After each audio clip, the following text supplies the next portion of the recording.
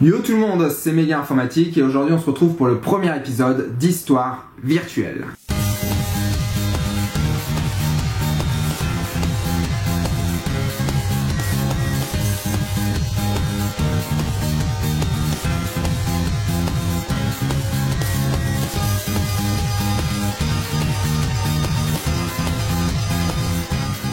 Dans ce premier épisode, je vais vous parler de la différence qu'il y a entre le câble Ethernet, donc le 6, je vais parler de celui-ci parce que c'est plus courant, je sais qu'il y en a d'autres, et le PTT 298. Alors, vous allez me dire, ce sont des câbles qui sont totalement identiques. Et vous avez raison, puisque c'est du cuivre et de la gaine, tout simplement. Mais vous avez tort.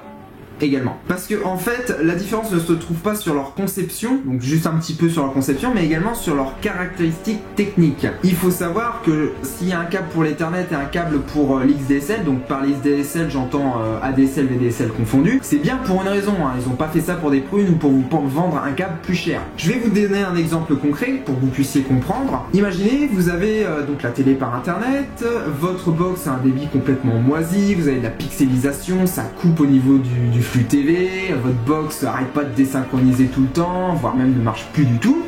Donc vous appelez le technicien qui va donc évidemment contrôler le réseau à l'extérieur, au petit boîtier là où vous êtes raccordé avant, et qui va vous dire bah moi je suis bon sur le réseau Orange. Donc le réseau Orange c'est France Télécom hein, pour les plus vieux d'entre vous, je sais pas s'il y en a. Donc le problème vient de votre câble. Parfait, donc en petit bricoleur que vous êtes, vous dites je vais pas appeler un électricien qui va me facturer 100 € pour ça, je vais aller changer le câble moi-même, donc je vais aller acheter du câble. Et là vous arrivez au magasin de bricolage et vous voyez le PTT 298 et le câble de catégorie 6E qui est beaucoup plus cher que le 298. Et là vous vous dites je vais mettre du 6E parce que qui dit plus cher dit de meilleure qualité. Et là c'est le drame.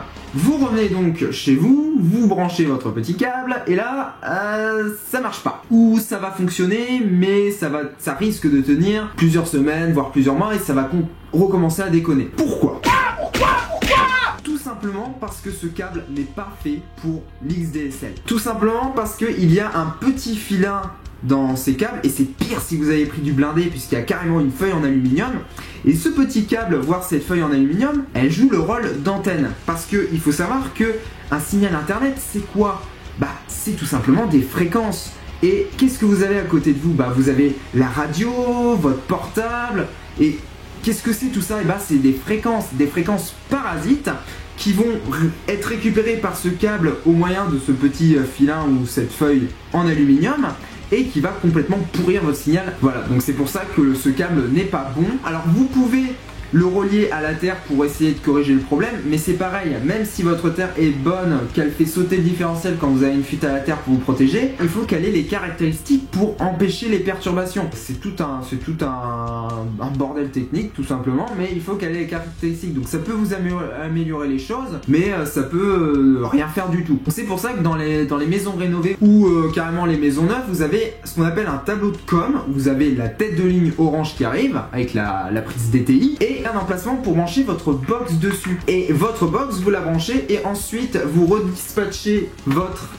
internet et votre téléphone dans votre maison. Vous reliez un câble ici à vos prises dans le tableau de brassage et ça correspond à une prise dans votre maison. Et vous amenez donc la tête de ligne Orange à l'entrée de la box, bien évidemment. Généralement, faire ça, c'est beaucoup plus simple parce que du coup, au lieu de tirer des câbles, au lieu de s'embêter avec du Wi-Fi si votre ordinateur n'en a pas, vous utilisez les prises murales et en fait c'est juste un câble Ethernet qui a été tiré dans les murs, hein. C'est tout simple. Et c'est moins dégueulasse quand il n'y a rien apparent. Voilà, donc c'est tout pour cette vidéo. Donc s'il y a des choses que vous n'avez pas comprises, des termes techniques ou autres, n'hésitez pas à me poser un maximum de questions dans les commentaires, j'y répondrai volontiers. C'est le premier épisode, donc soyez indulgents. C'est la première fois que je fais ça. Il faut savoir qu'il y a très peu de montage et très peu de préparation. N'hésitez pas également à partager un maximum cette vidéo sur les réseaux sociaux Facebook, Twitter, c'est le meilleur moyen de m'aider, à lâcher un petit pouce bleu, ça fait toujours plaisir, à vous abonner à la chaîne. Par contre, je le répète, pour les abonnés et les futurs abonnés, je vous invite à cliquer sur la cloche qui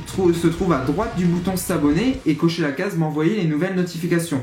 Et enregistrer, tout simplement pour recevoir les nouvelles vidéos quand j'en sortirai une, parce que vous êtes abonné mais vous ne recevez plus de notifications si vous cochez pas cette case. Il ne me reste plus qu'à vous dire ciao tout le monde, à la prochaine.